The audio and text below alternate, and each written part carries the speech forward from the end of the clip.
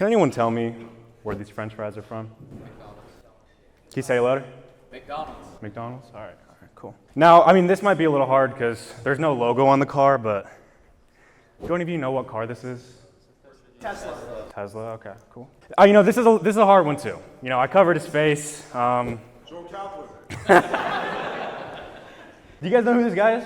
Alex Hormozy. Okay, cool. Every time you see those designs, those colors, those shapes, those clothes, you trust that you will receive a positive experience. The purpose of branding is to get people to trust you. You see, the average supermarket has 30,000 brands in it, yet we're able to walk in and get out in less than an hour. Now you might be asking yourself, why is that? Because you gravitate towards your favorite brands. This is how to build your brand. How many of you guys post content for yourselves or you film your own ads? Okay, good, all right, yeah, you guys are gonna learn something from this then. First, you want to start by defining your audience. So your product audience is people who would directly buy from you, and then your brand audience is people who wouldn't buy from you, but would spread your product via word of mouth. So I'm gonna give an example and say that I am a CPA or like a tax accountant, and I'm specifically for business owners, so like I do business owners' taxes. My product audience would be business owners who need help with their taxes, but my brand audience would be people who recommend my content and share it like via DMs or text message to my product audience. So for that, it would be like employees of those businesses, you know, people who don't have to file business taxes, but know a lot of business owners. And using that, this is how to go through the creative process. We start with content pillars. So like, what is your product and brand audience's interests, pain points, questions, what topics are you masters in? And then these are some examples of just like 3 basic content pillars if I was a CPA. So like one of my content pillars would be tax tips for business owners. Another one could be tax tips for everyday people, which would be my brand audience, the people who would refer me to the business owners.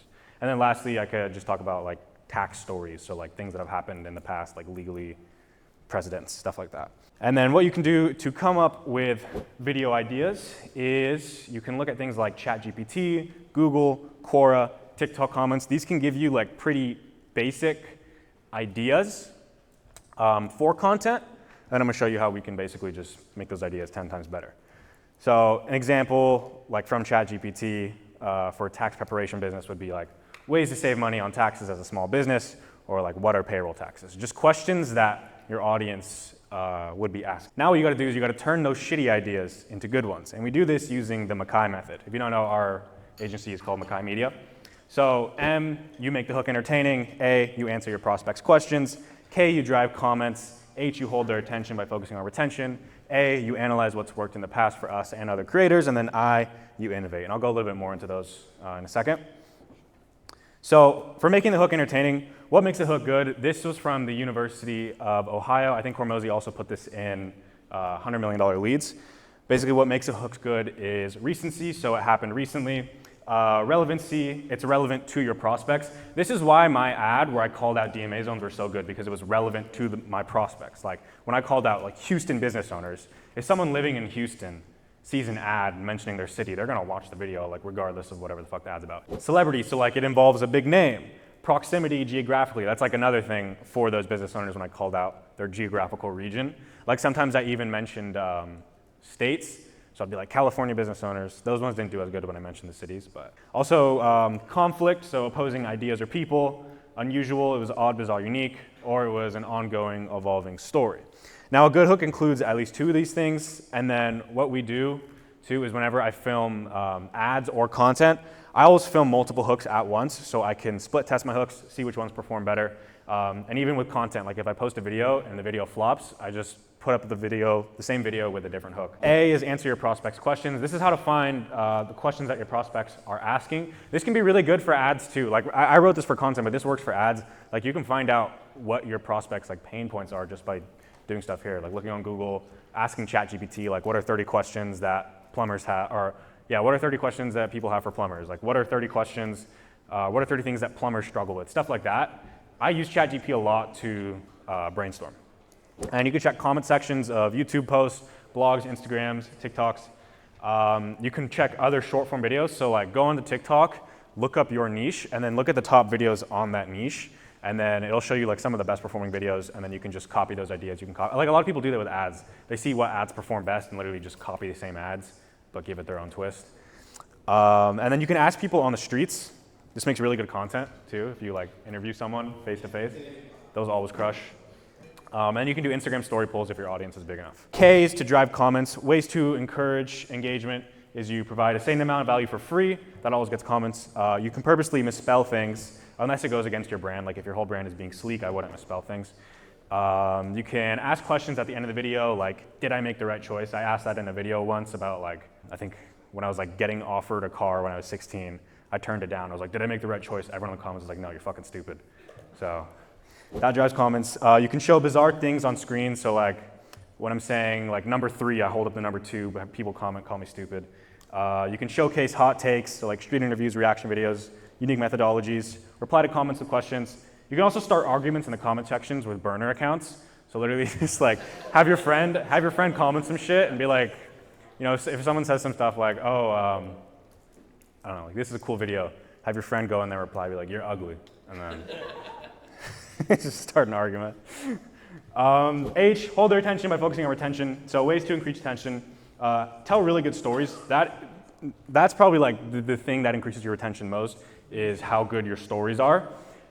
Some good books on that. There's like storytelling. I think it's called Storyteller Secrets. It's about like TED Talks and how the best TED Talks are structured.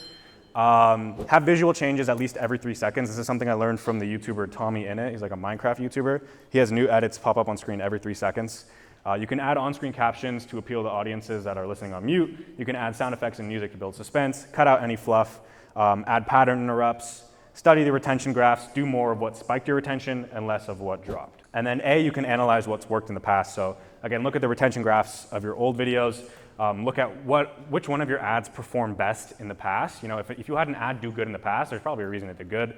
Try to recreate it in a different way. Hooks of other / your most popular videos. So like we did this a lot. We had a hook that performed really well for our ads. What we would do is we would just use that same exact hook but with a different body and test that out. So if stuff worked in the past, do it again. You can look at views by styles of content. So find what style of content performs best for you. This is like the content pillars I was talking about earlier. And then lastly, check out how other companies or like your competitors are marketing toward the same audience. So like a competitor doesn't have to be someone who is exactly selling the same thing as you. A competitor is someone who is competing for your audience's attention, right? So they don't necessarily have to be selling the same thing. If your audience watches that person's video, they're your competitor.